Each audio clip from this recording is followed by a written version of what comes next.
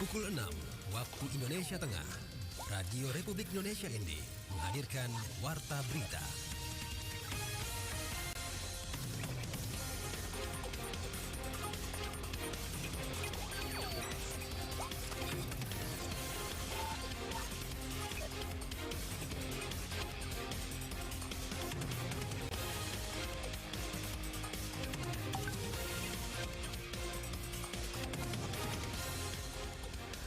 Selamat pagi saudara, Anda mendengarkan Warta Berita edisi Sabtu 4 November 2023. Sari berita 6 kabupaten di NTT belum menerima logistik pemilu 2024. PT Taspen Persero serahkan 1 unit mobil ambulans kepada Pemda ND. Inilah berita selengkapnya bersama saya Rizwan Sumbi.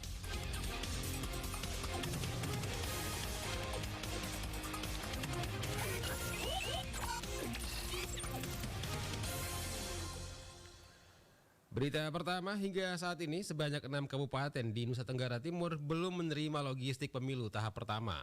Meskipun begitu, KPU NTT telah melakukan koordinasi bersama pihak penyedia terkait hal tersebut. Laporan Veranda Garus.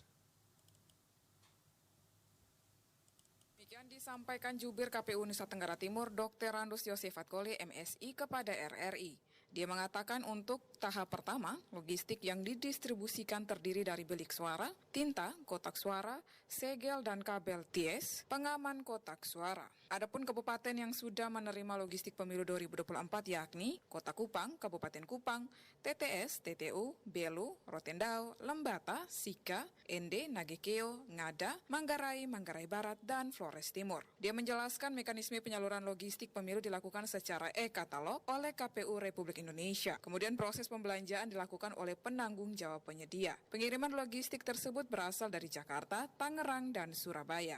Itu sebagaimana disampaikan masih ada beberapa kabupaten yang belum menerima untuk tahap yang pertama. Tapi yang kotak yang harusnya lebih cepat itu kotak suara, kemudian bilik suara. Memang luasnya wilayah Nusa Tenggara Timur, kemudian ada prioritas-prioritas di seluruh Indonesia, maka tentu sebagian kabupaten itu yang belum. Selanjutnya dari logistik tersebut terbanyak adalah bilik suara sebanyak 53.280 buah, tinta sebanyak 12.712 botol, dan kotak suara sebanyak 6.067 buah. Di Kabupaten ND sendiri, bilik suara yang telah disalurkan sebanyak 3.940 dari 3.932 bilik suara yang dibutuhkan. Demikian juga dengan tinta, KPU NTT telah menyalurkan sebanyak 1.996 tinta sesuai dengan permintaan. Yosafat menambahkan untuk perlengkapan lainnya seperti salinan DCT, salinan daftar pemilih tambahan, dan logistik lainnya akan dikirim pada tahapan berikutnya. Jadi memang kita juga punya strategi bagaimana dari jauh-jauh hari sudah mempunyai peta logistik. Wilayah mana yang harus membutuhkan waktu beberapa hari, kemudian mana yang lebih cepat waktunya.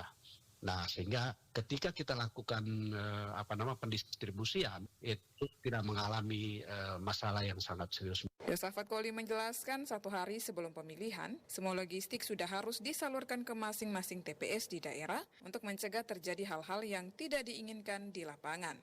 RRI ND, Veranda Garus melaporkan.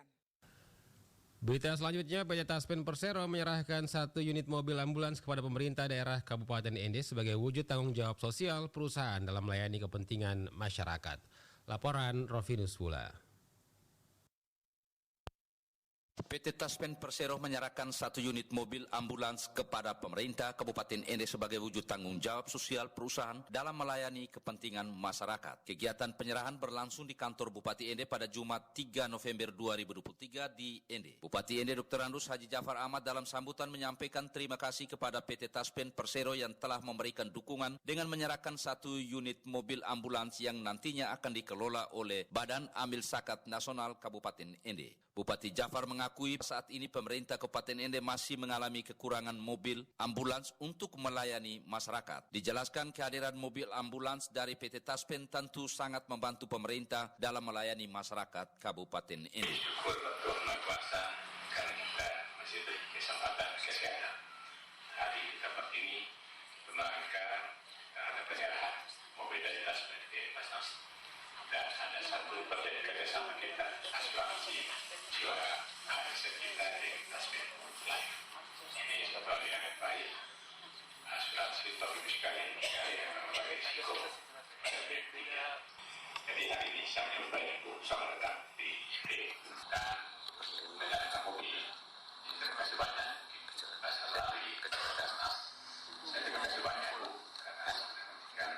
Acara penyerahan mobil ambulans dilanjutkan dengan penandatanganan kerjasama PT Taspen bersama pemerintah Kabupaten Ende. Direktur Keuangan PT Taspen Persero Rena Lasmi Putri mengatakan penyerahan ambulans ini merupakan wujud kepedulian Taspen dalam upaya membantu pemerintah dalam meningkatkan kesejahteraan masyarakat. Selain itu sebagai wujud tanggung jawab sosial perusahaan dalam melayani kepentingan publik dengan harapan dapat mempermudah dan memberi kenyamanan bagi masyarakat di Kabupaten Ende dalam mengakses pelayanan kesehatan. Latsmi Putri mengatakan kerjasama Pemda Ende dan PT Taspen merupakan satu langkah maju yang patut disyukuri. Dan yang kedua yang saya sampaikan kaitannya dengan kerjasama Taspen Life dengan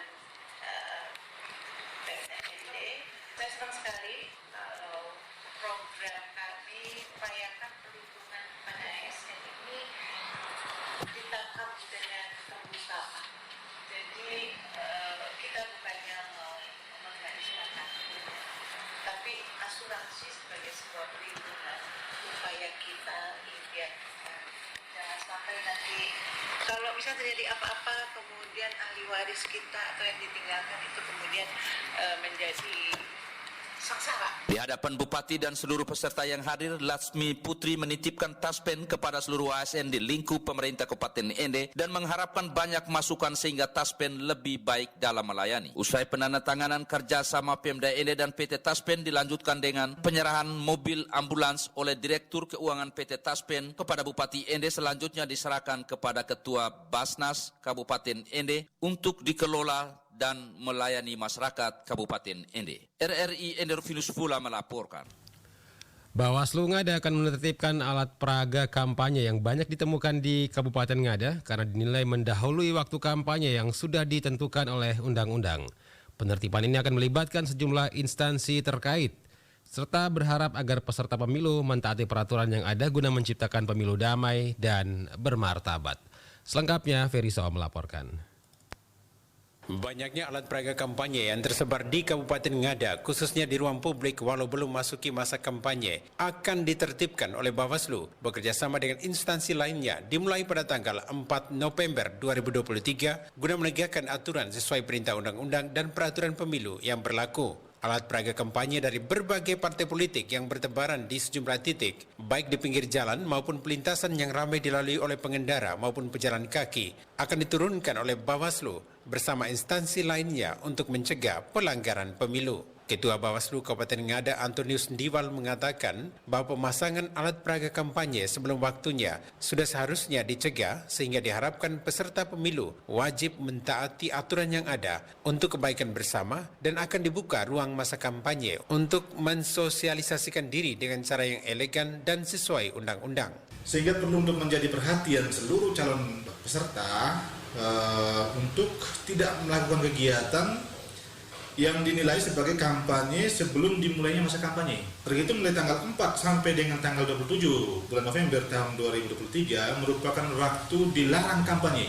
Sehingga peserta pemilu diimbau untuk tidak melakukan kegiatan-kegiatan yang mengandung unsur kampanye pemilu dan ajakan untuk memilih sebelum jadwal dan tahapan kampanye pemilu itu dimulai.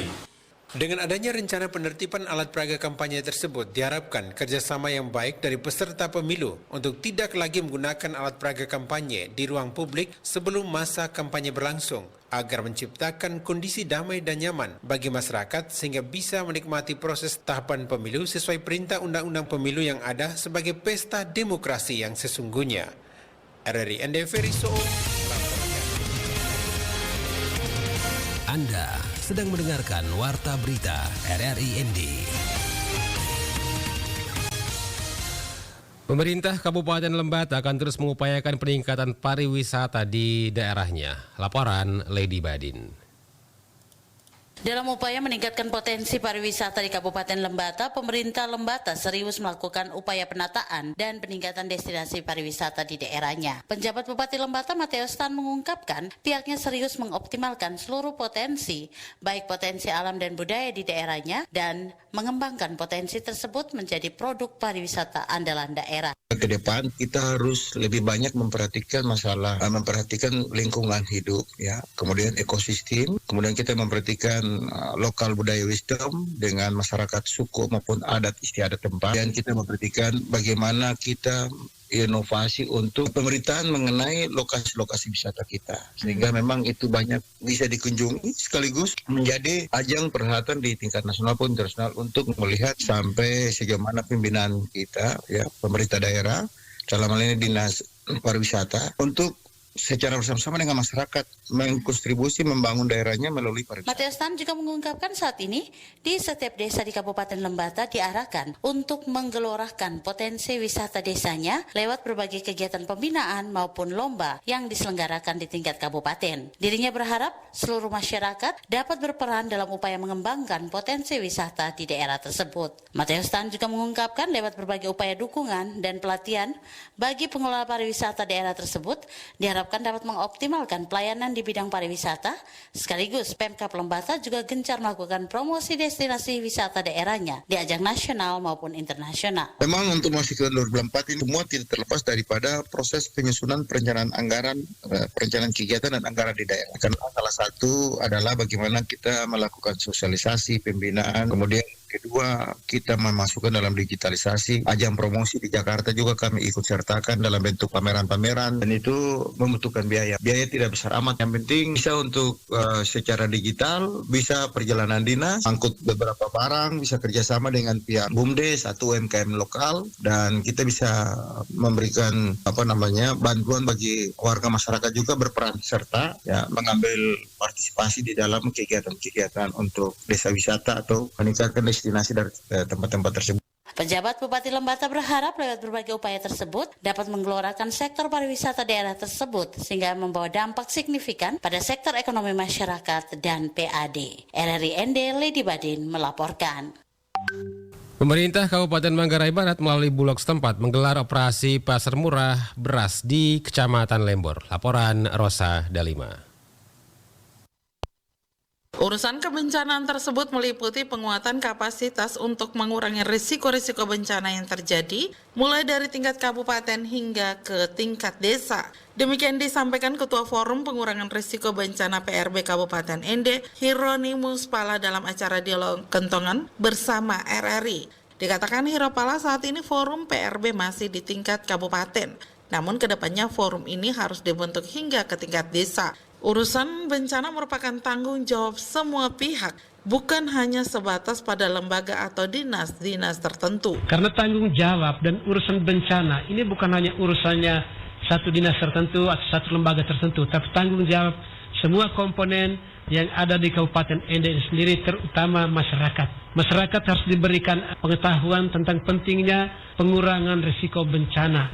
Lebih lanjut, Hiro Pala menjelaskan edukasi pengurangan risiko bencana harus dijelaskan secara masif ke kelompok masyarakat, terutama rentannya kebakaran hutan akibat terbatasnya pengetahuan atau faktor kebiasaan membuka lahan baru dengan cara membakar. Budaya ini menurutnya secara perlahan tapi pasti akan menyebabkan semakin banyak lahan kritis, hilangnya hutan yang heterogen, hingga keringnya sumber mata air. Lama-kelamaan dia kemudian berpengaruh pada semakin banyaknya lahan yang kritis, hilangnya hutan-hutan yang heterogenitas, lalu keringnya sumber-sumber air, dan banyak sebab akibat lainnya. Kita bisa lihat juga sebenarnya aneka macam hewan yang kemudian juga mulai punah. Dirinya juga memberikan apresiasi kepada pemerintah yang telah membentuk desa tanah atau desa tangguh bencana, namun belum seluruh desa di Kabupaten Ende tersentuh. Oleh karena itu, pemerintah bersama Forum PRB berkolaborasi untuk program ini ke depannya. RRI Ende, Rosa Dalima melaporkan.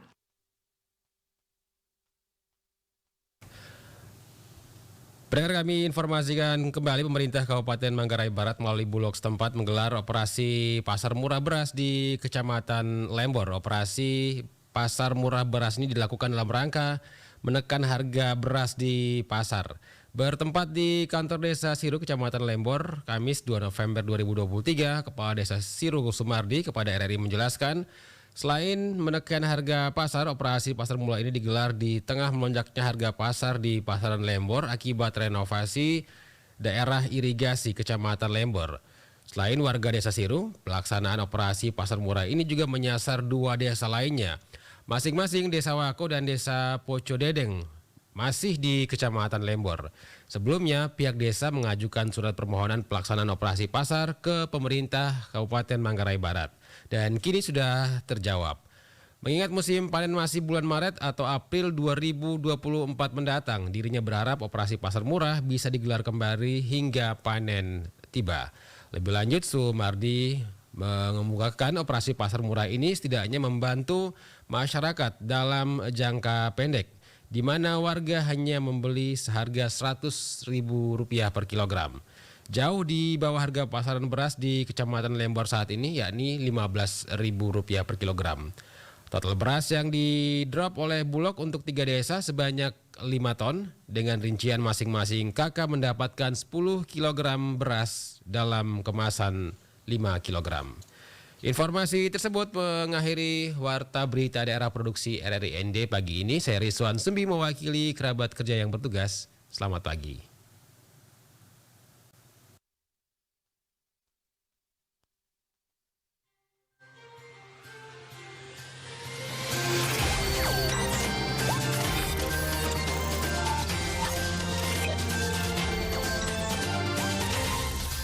Terima kasih Anda telah mengikuti Warta Berita RRI ND.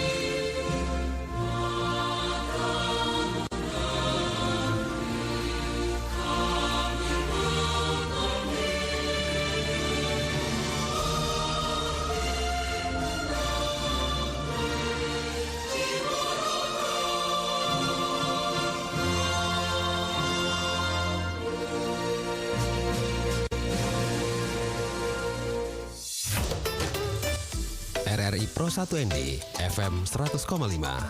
Line telepon 0821 4451 1957.